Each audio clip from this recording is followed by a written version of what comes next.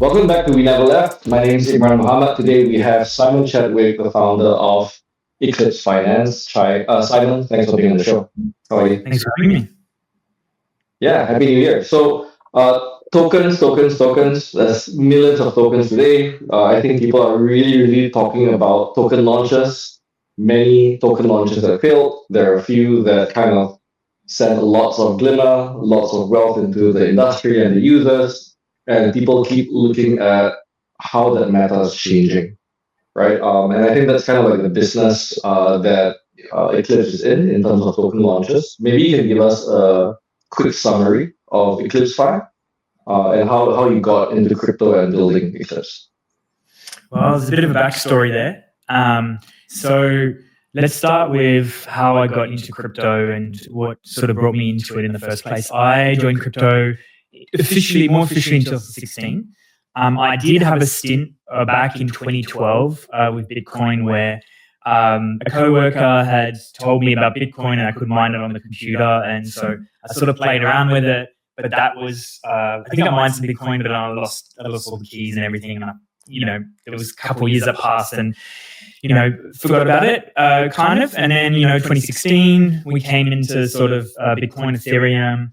And then, 2017 came into the alt run and, I started just getting a lot more involved, Coinbase initially and then Binance. And even I had a stint at sort of leverage trading on plus 500, I think it was. It's where I first bought like Tron or a few of these altcoins, and just sort of made some good returns and sort of became pretty interested, not just in the returns, but some of the like promises of, I guess, these white papers. Got rugged by a couple of ICOs, had a couple of experiences where I held assets and then, watched them come all the way back down to where I bought them from. I think without going too much down a rabbit hole, there was a story where I went to the Himalayas on a trip because my bags were dropping. And I was like, okay, I'm going to take a month away and go on this trip. And when I come back, my bags are going to be back up. And I came back and that wasn't the case. I think this was like February 2018. Oh, dear. I stuck at it, actually, interesting enough. Obviously, I lost a lot of the money that I made, but I got more interested in trading, got into BitMEX, and sort of rode 2018, 2019, trading on BitMEX and doing a bit of stuff. Then Binance futures. And then sort of when DeFi summer kicked off, I got really interested in DeFi. I got a lot deeper in the space. I was fascinated with stable coins and fascinated with, safe, stable yields and what that could potentially do for regular savings. And then I actually got into Terra. I was full-time crypto at that point. I'd made like decent amounts of money. And Terra was, even though it collapsed, was one of the ecosystems I was very interested in because it had really good user experience, which I had, gotten quite good at education and really breaking down these complex topics into simple things that everyday people could understand. And Terra was kind of like had Anchor protocol and it had this premise of like decentralization, also it was sort of what I saw as potentially being the evolution of adoption of DeFi in the real world. And some of it was smoke and mirrors, but they had like Alice Finance and they had all these apps that were meant to take DeFi and bring it into the real world. And when I looked at Ethereum, it was this super convoluted, complex financial engineering, which was great, but it wasn't like in any shape or form tailored to everyday users. And so I got fascinated. I started working with a protocol there on Terra, and Terra funded a pretty large sum of money to create the education for the ecosystem. And so I was actually working with animators to build. I think we were building. I built 33 videos, and there was a pipeline for 200 videos that was like breaking crypto down into like really simple earn to learn. And then the idea was we would like make videos for the whole ecosystem, and we'd create this really crazy onboarding flow that would bring users in. And I think it was pretty expensive videos. They were like 15 grand per video. They were like highly animated videos. And yeah, directed. And high production quality, yeah. Very high production. Like I don't know if you ever saw these animated videos for Terra. It was like explaining the mechanisms or explaining crypto and like really simple. Right. So got into that and I ended up like having the blinders on, and then Terra became sort of obsessed with it. And so a lot of my wealth ended up going into Terra, and then when it collapsed, I kind of got wiped out pretty hard. And so, that was challenging, but like I was like, okay, this is just sort of a learning lesson. And so I'd never stopped. I just straight away picked the can back up. There was a project, it was a launchpad that I'd been advising, and then when the Terra collapse happened, the team sort of vanished. And so I actually took over the project. And I became fascinated. My idea was always, how do I take this technology and put it in the hands of everyday people? And then I started looking into token launches and launchpads, and the breaking down the concept of what a launchpad could be or should be was this idea that it was a place where people could go and access new technologies and new projects and get access to like these opportunities or these new innovations before they hit the market. And I set off like saying, how do I make this fairer? How do we make this more accessible to more people? And how do we like make it more sustainable? And so that was sort of my mission when I first started Eclipse Fi. And it was a pretty hard challenge to actually navigate and figure out, how do we do this? Like, this whole space is focused on hype and focused on quick pump and dumps. And I'm trying to create this sustainable launchpad, right? And I was doing so in Cosmos because the tech stack we had from Terra was Cosmos. And so there was a lot of these challenges and sort of navigated through the bear market. And then got to where we are now and sort of through all the iterations and evolutions of what that looks like. So you got your bags wiped out in 2018, and then in 2022 again with Terra. And then you got into Eclipse, right? And I think that pretty much is like a very classic story of like getting wrecked during the bear market, but also kind of the story of building up a conviction to build during the bear market, which is what I saw a lot of builders do in the last 2 years, right? Like existentially in 2018, people didn't know whether crypto was going to survive after the whole collapse of Terra and FTX. People kind of didn't know whether crypto was going to survive. And again, here we are, right? But I think one thing's very clear: there's going to be a lot more tokens that's still going to launch. Launchpads, I think, had kind of like a rough patch during the bear market, but now you have kind of like millions of tokens launching, right? So with this kind of like trend going on, what do you think is necessary for launchpads to do to remain relevant and to take market share long term? I think also keeping in mind what you said earlier, right? Like what you're trying to do is to build fair launch and sustainable mechanisms, and we'd love to kind of like double click on that part. It's quite challenging, right? The metas have changed quite a lot. Like, we've seen a lot of memes and AI agents do well over the last couple of months, but we've seen alts, besides from like top assets, take a massive hit, and it hasn't really bounced back. So we've noticed that for sure, and so it's challenging. A lot of the launchpads that are doing well are related to meme coins or DAOs or agents.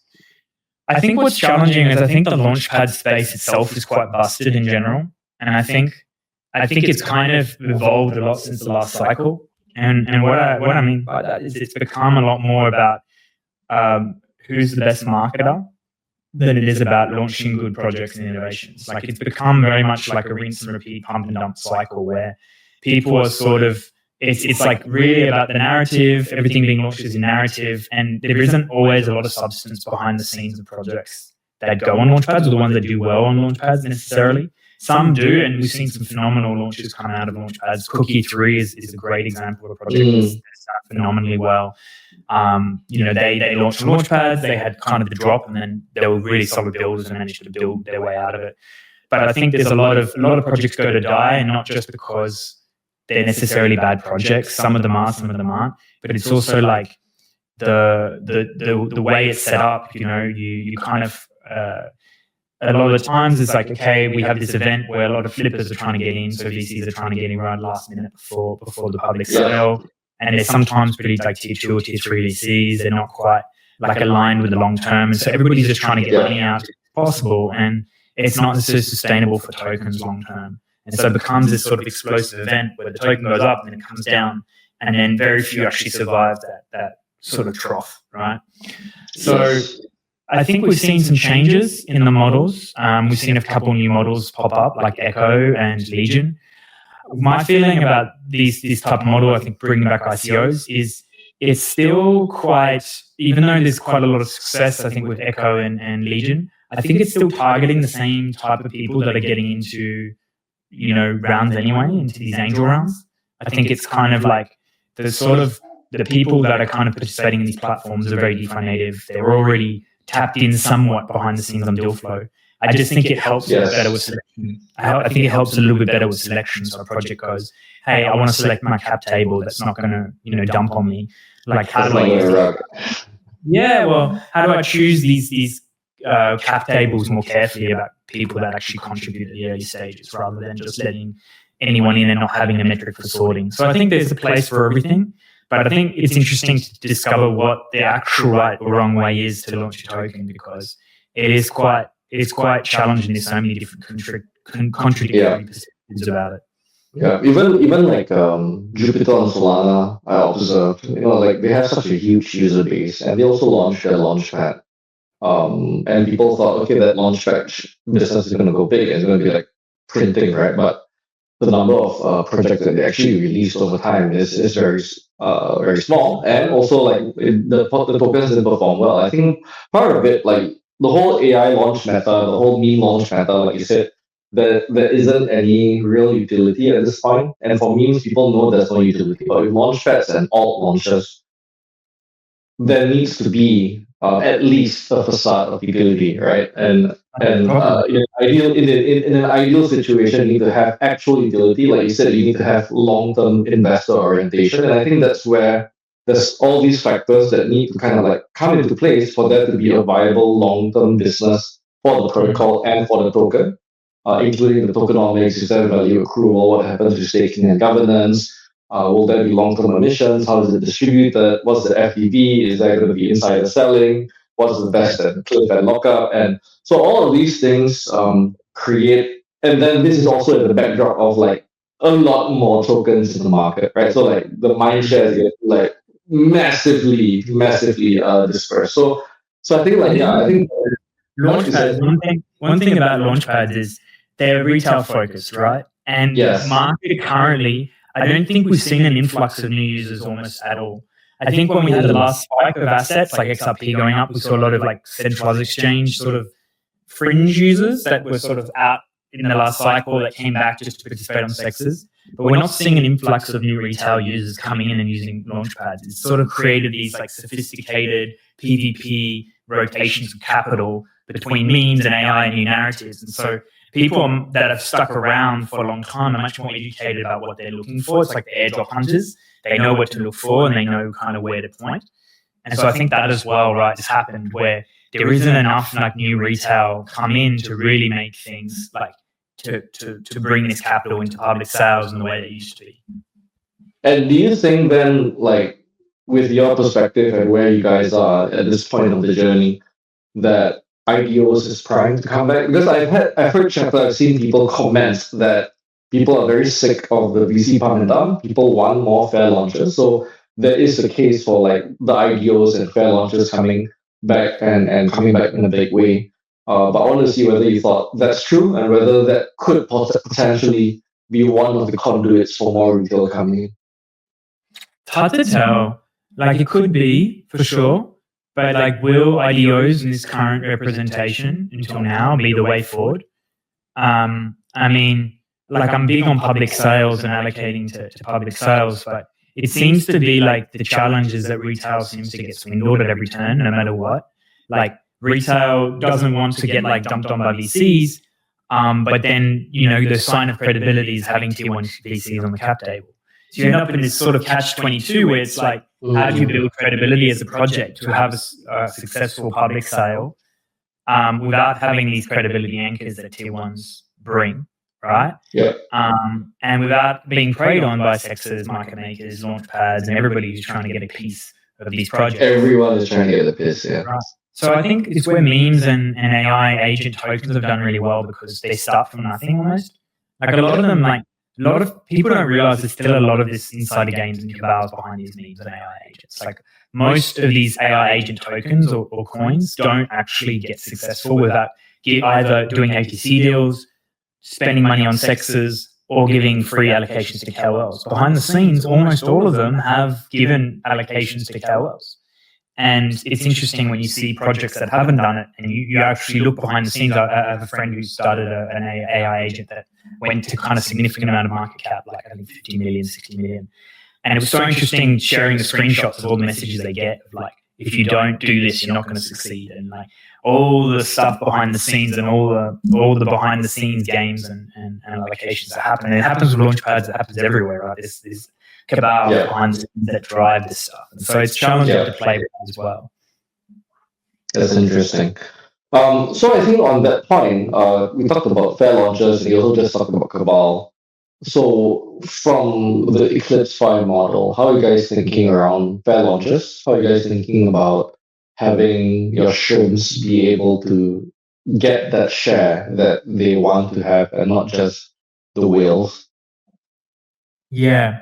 Look, one thing that I pioneered early on, and we actually never fully deployed it. It's still on the cards, but we ended up prioritizing some of the things, was merit-based access.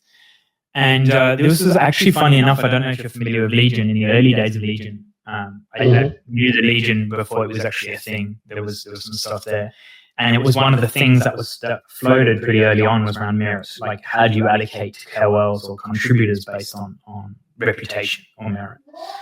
So I think that's one way that's definitely interesting in terms of bringing in fairness and equity that's not just based on whales.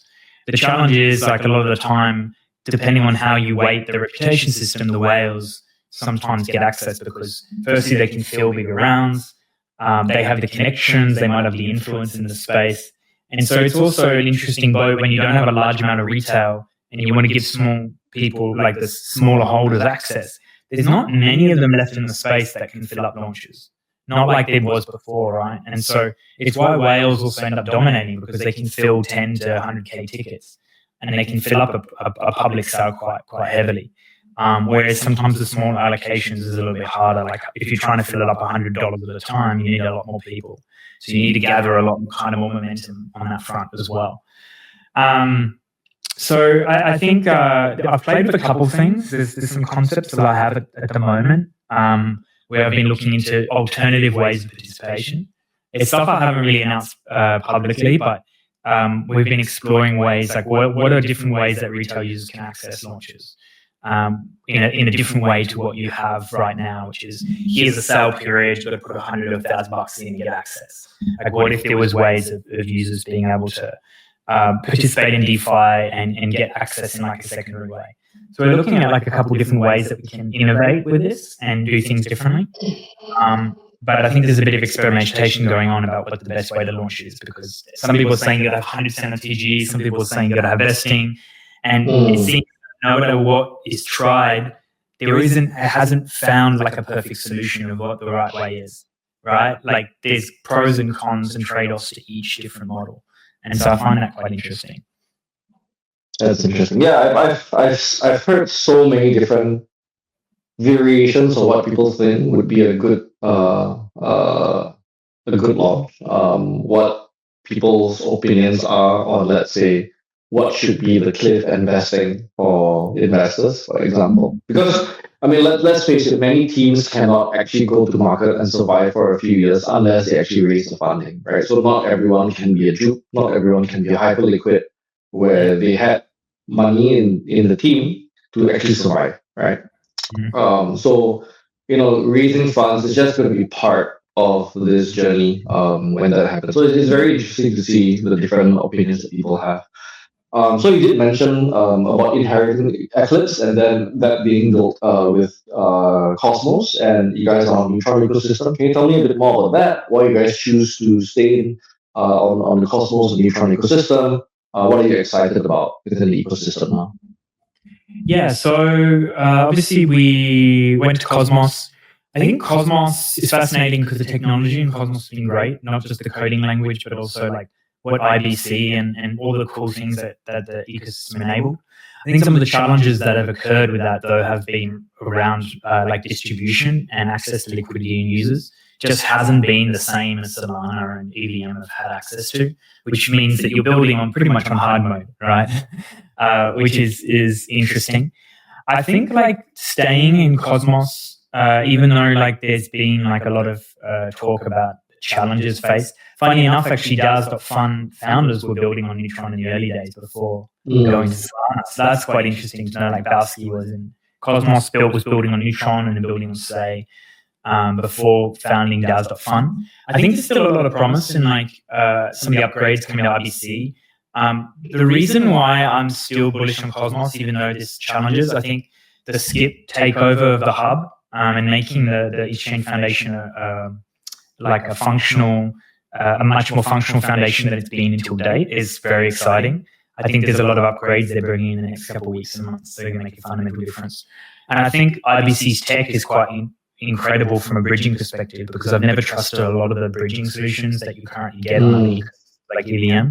They're just clunky and they're not great. But IBC and the new version of IBC is coming out soon, Eureka and Union building as well, which are very, very amazing. And they're going to be expanding Solana and Ethereum as well. So from one place, you'll be able to access kind of this multi-chain ecosystem with much better interoperability. And then it really becomes, in my mind, it's like, yes, right now we're in a phase where everything's on chain and you're accessing liquidity and users in your local ecosystems. But my mindset is actually much broader than that, of like, how do you build a product that doesn't matter where you are, right? Like, how do you build something that transcends where you are? Like, we're not, the fallacy that we're going to bring users to come and use Base is completely crazy. No, we're going to build apps that are going to be brought to people that they want to use. Sure, that's going to, like, apps that require liquidity are going to have a lot easier time bootstrapping on ecosystems that have ready liquidity in general and funding and everything like that. But I think overall, you'll find, like, if you build a killer app that is abstracted from where you are, eventually where you are won't matter. Like, the chains won't matter, and then the technology will actually shine. And so I think we're still at this very early stage where we're fighting these PvP games between ecosystems, but I think eventually it's going to transcend that completely. Actually, I completely agree with you. Like, I think chain abstraction has been a narrative that's been a promise that hasn't been fulfilled yet for a few years. But I actually honestly think that it's probably much closer than we all think, with everything that's happening from chain abstraction and account abstraction and everything that's on the way. So I can see that the vision. Like, it should be the case that we can onboard any normie with an app, on-ramp them, and then they can take all the actions that they want, which is intent-based rather than choosing an ecosystem and then choosing an asset that is native to an ecosystem and then figuring out gas and stuff like that. I think those are stuff that it maybe even in 2 years might be something that is becoming passé. So I think that's very interesting. I would like to ask around the tokens that you guys launched, right? So, like, you guys work with teams. These guys are building protocols. They launch a token.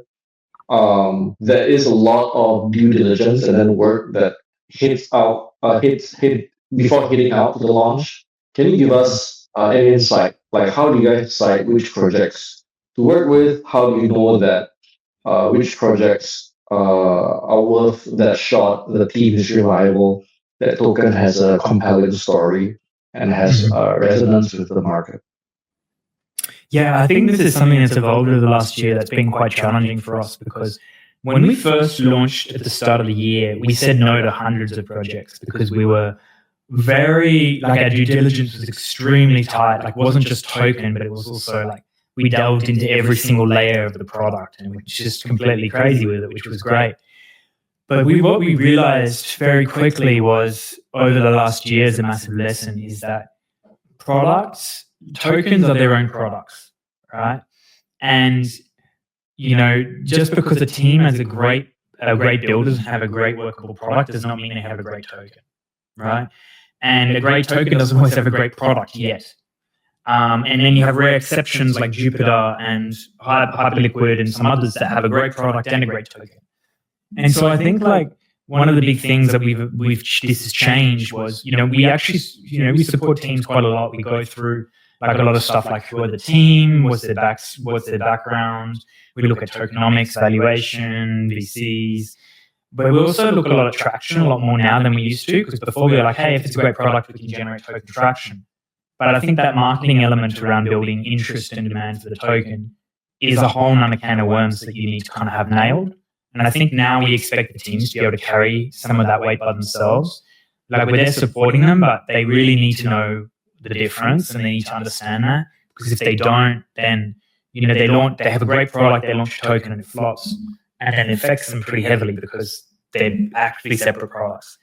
So now, like, we try and look for teams that understand both, that have a great, a good product, or they're working on a good product, and they also understand the token game, right? They understand what it takes to kind of look to at least enough of an understanding that we can then coach them into doing some of the right things to get that token launched successfully.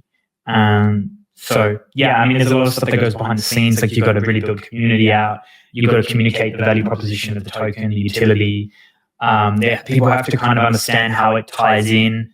The days of like the previous cycle where it was literally like, hey, launch a protocol and then launch use this governance token, doesn't work as well anymore. Even though there's memes around, it just doesn't work. Like, it used to be like you could launch a token and it play to earn, and this token would have no utility and pump to the moon. But now people are a lot more, okay, why is this token worth this? And what is it? Now, there's still memes and there's still kind of crazy valuations, but for the most part, people are looking at this stuff with a speculatory lens somewhat.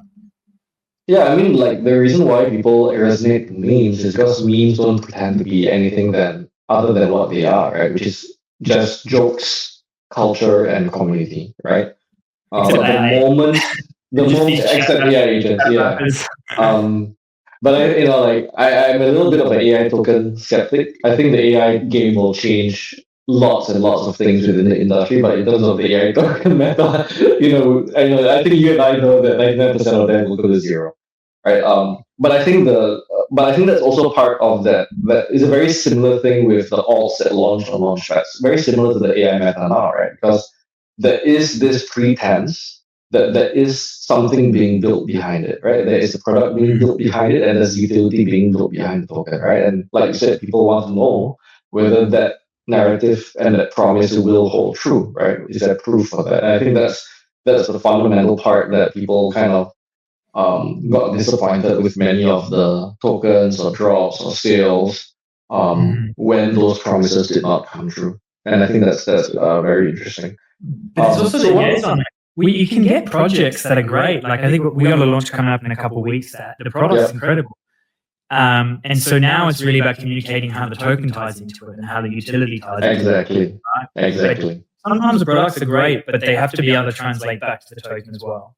Exactly. So, like, there's two products here, right? One is the product itself, and the other one is the token, right? And you're selling both, right? And then, like you said, how do you tie it together, right? So typically, you have those token flywheels, you have buybacks, you have value accrual, you have figure out things like 3-3 systems and stuff like that, right?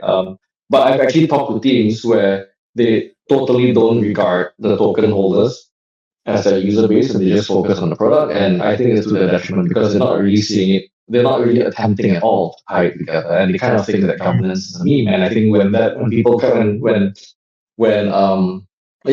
founders take that kind of approach, I think it's very self-detrimental to the product and the whole team and the token. The question is, can the product stand alone without the token? I think that's always the big key as well.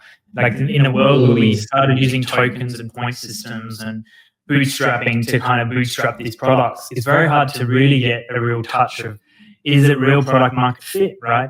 And you might, without a token, you might have actually gotten product market fit, but then, the way that you've kind of used the token as incentivization, it can sometimes work for you and sometimes against you, where if it's just driven off incentives, people come and use the product, you can't actually get a real picture of how good the product actually is. Can it stand on its own two legs once the incentives run out? And even if it would, sometimes the incentives run out and then it's a come down, it's like a hangover, where people are like, oh, okay, they would use that product normally on its own merit, but because it's kind of done this hill of incentives and tokens and then it's come down, it's suddenly not that interesting anymore. So I think there's multiple things around this, and the benefits of tokens, and there's also drawbacks in some shape or forms as well. So you talked about talking to different teams, and some of them have good token ideas and bad product, or some have great product but bad token idea. Can you give us, like, the most common mistakes that you've seen right now when you talk to teams when they are actually hitting into an ideal that they make? That's a great question. I think valuation being too high can often be quite common. People have raised in 2 years ago, 2.5 years ago, and they're coming in with the same expectation that the valuations haven't changed. And they're like, hey, my last VC round was at 60, 70 mil, so I have to do it higher than that. But They don't have the traction of the narrative fit to be able to command such a high valuation. So I think it's like being realistic about where you're actually at versus the valuation that you go to the public with.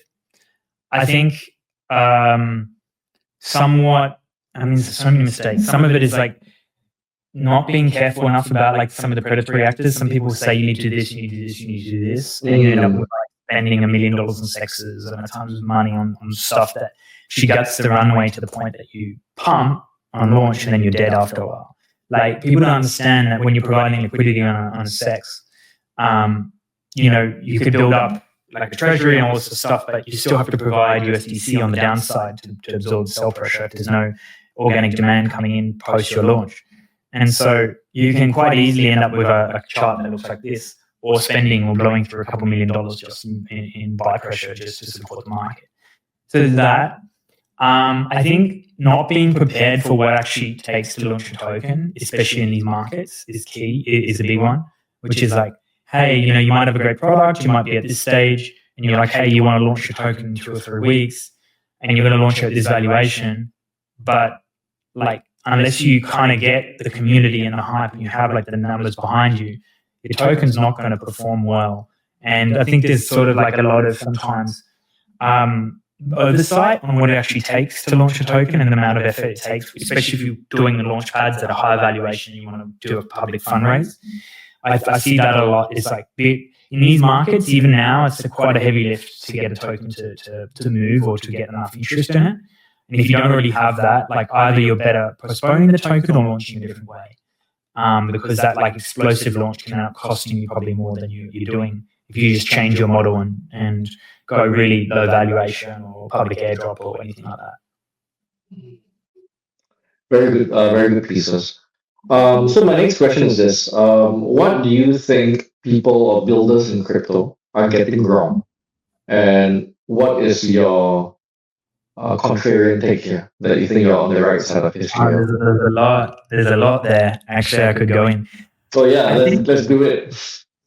I think number one, I would say, from talking to a lot of teams, is and I've been in this boat as well when you pivot and you change and you're still trying to refine yourself, but I think they lack sometimes vision and differentiators and real differentiators, where they go, we're building it on a chain, but they're sort of lost. They don't know what sets them apart, right? Like, or they don't know what's really going to make them stick in the market compared to every other 100 chains out there.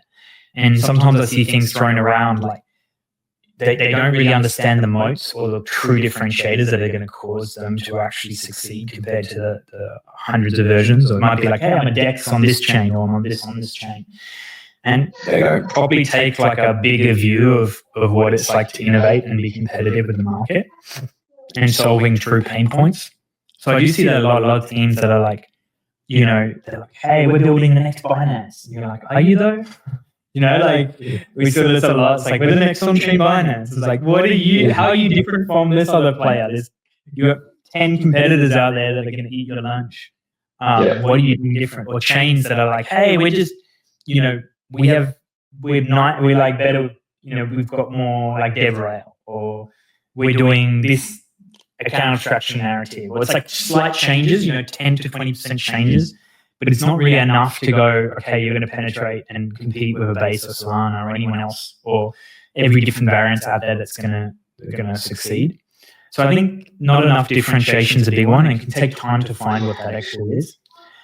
The second one I think is under-optimizing for UX, focusing too much on the current space with a short-term perspective.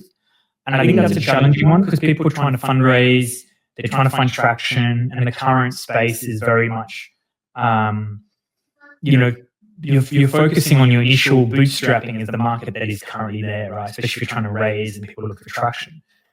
But we should stop trying to bring users to the blockchain and start bringing blockchain to users, which is sort of some of the stuff you talk about, account abstraction, and you talk about chain abstraction. I think it's much bigger than that. I think it's the complexity of DeFi, for example, at the moment is way too significant for the end user. That needs to be distilled, and we need to extract the essence of all the good things of DeFi and what's the actual end benefits to the user they get out of this, and how do we extract those and then simplify them to the level that's you don't need to know what DeFi is. You don't need to know the 10 things behind the scenes. All you need to know is what are the benefits that you get versus what you experience in the real world, right? Like, how do we get to a point where DeFi is integrated together and working together that provides a benefit to the end user that's better than their current experience? Like, no user is going to come in and use Aave, right? Like, it's not going to happen. You're not going to have the masses onboarding to Base and start using their on-chain wallets. It's just not going to happen. It doesn't work that way. Or interacting with concentrated liquidity protocols. No way, man. I mean, I see it with like Lego blocks where you can kind of merge a bunch of them together and then you package it, and then that package is then given to the end user. I think that's the key. I think Vitalik said this not long ago, and he pissed off a lot of people. And he basically I'm sorry about my language, but he crapped all over DeFi and said it's Ouroboros, right? Ouroboros, yes. Yeah. Which is basically a snake biting its own tail. He's like, we've created these whole DeFi economies that are just based around trading crypto assets. He's like, this whole ecosystem is built around trading ETH or trading Solana. And the reality is, like, for this to be more efficient, it's where RWAs and assets outside of just crypto that are real world yield generating come in, and then those get plugged into the DeFi blocks and then combined together to then package into packages that can be given to, Uncle Joe, who then gets a better benefit than his bank's giving him, right? But all the efficiency is going through DeFi. I think that's the future. And I think projects should start thinking more consumer and start thinking more on the sense of, like, how do we simplify this and how do we bring this to the real world as opposed to what we're currently doing, which is just... I love it. So I'm just going to stop you there. The 2 points were being too derivative and, having like this lofty ideas that they can become like that next number one. And the other one about actually needing to bring blockchain to the users rather than bringing the users on chain. I couldn't agree more with these two things. I wanted to ask... The first one is not just being too lofty. The first one is just not knowing your differentiator enough. Like, just sort of being lost about, like, actually what constitute a great product that solves a problem for the end users. As opposed to... Isn't that simply a lack of real user understanding at this point? Possibly, yeah. Yeah, somewhat, or a lack of understanding of... If you're in the TradFi space or Web 2 trying to build and raise for a startup, like the barrier is much higher, right? If you want to raise, it's like, how are you different? Oh yeah, we're not Uber, but we do this tiny bit different. Like, you do get that a bit, but like the barrier is a lot higher to proving that validation and traction before you can actually go to the market. Whereas crypto has copy pasta of 1,000 apps. They can go out and do like same thing with 10% difference. And exactly. So with all that in mind, what's your end game, right? So like we talk about, let's say what you're building Eclipse Fi, what's the end game? What are you guys trying to build? Let's say if you were to bring it forward, something like 5 years from now. Could you share that vision? Great question. So one of the things that's kept me going this whole entire time is basically what I said before about bringing apps to users.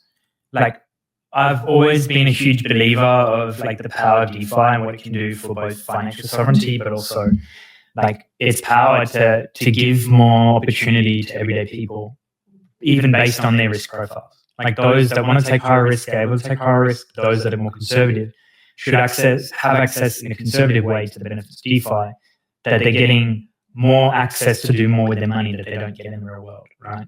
And so that's always been my vision, and that's going to be the end vision for Eclipse Fi, and is the end vision for Eclipse Fi.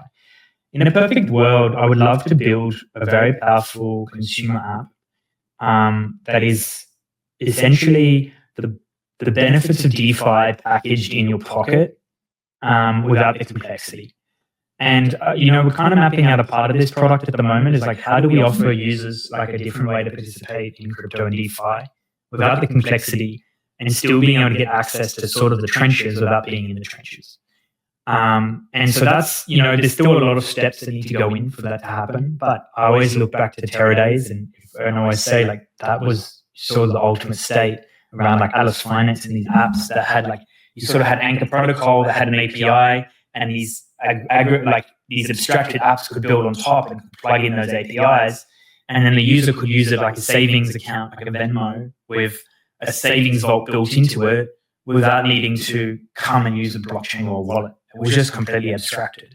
And so I've got a vision in my mind of Eclipse having the potential to have a mixture of the higher risk of token launches and crowdfunding mixed with some of like sort of the basics of DeFi in a way that's simple for users to use. So I see kind of a very easy, I guess like a Robin Hoodie eToro type of app. Not as complex and not as convoluted, but like how can we create something like that for crypto without the complexity? Because every time I see someone try to do this, it's just always too complex. It's always convoluted. It's like, hey, we built this easy onboarding dashboard, and you're like, use like 20 volts and like doesn't make it. It's like, guys, this is not working.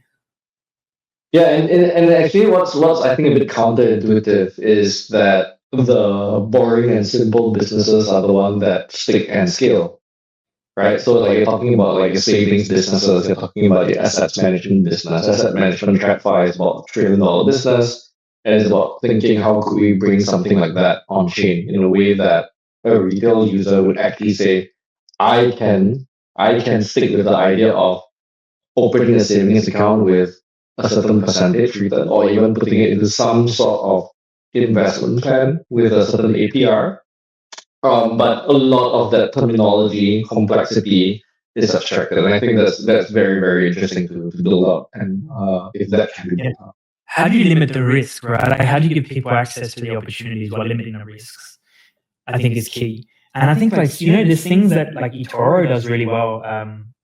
Like think about things like demo accounts, right? Like you even have demo accounts in like eToro where users can come in and they can play with fake money.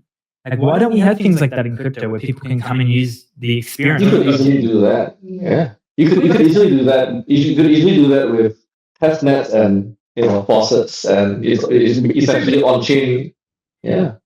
But what if you could like shadow trade, but like with shadow like strategies or whatever it is, and your uncle could sign up without real money and be like, oh, because somewhat that's a foot in the door sometimes where someone goes in and they fake trade or they fake allocate assets and then they make fake money and they're like, damn, I could actually make some money with this, and then they participate. And then they basically a simulation, right? That's interesting. Yeah. I mean, just a few things around that. Like, there's a lot of stuff like that we don't optimize for. It's like we've got these complex testnets and faucets where people have to jump through a million hoops. But why don't we have shadow, like mock apps where users can play with Aave without needing to actually use it? Yeah, that's interesting. Maybe just bring it to the rest of the year, 2025. What are you excited for? Any specific projects, launches, verticals that you're looking for on Eclipse or otherwise in crypto that you're looking forward to? Yeah, so we've got a couple of launches coming up over the next couple of months. I'm really still excited about RWAs. I'm really hoping it matures to the level that we can start using it in DeFi a lot more. That's going to be really cool. I think this year, what really excites me is the changes in the US might like really revolutionize DeFi in a lot of ways. I think that's going to make a big difference. I'm really excited to hopefully get an alt season. We get some movement and some new users coming back into the space. That'd be nice. We've seen the communities are probably have atrophied to the level now where they're the most dead that I've seen them since the last run. The meme coin community is active, or the AI, but from everything else, from a involvement perspective, I think there's been apathy is built to the level where so many people left the space, and we don't really realize how many people are checked out. So it'd be nice to see influxes of new users coming in. I think that would excite me. And for Eclipse, I'm just excited to kind of get our next product out and sort of like get in that like journey towards like product market fit, start to get the validated traction and build towards that vision that we want to have. I think that's really where the next couple of months are going to be heavy focused on. Okay, that's very cool. Last question from me is this. If you could remove any person or any organization from crypto, who would it be? That's a hard question. Bankless? No, I'm kidding. No, I wouldn't. Not bankless. I think I wouldn't say one person.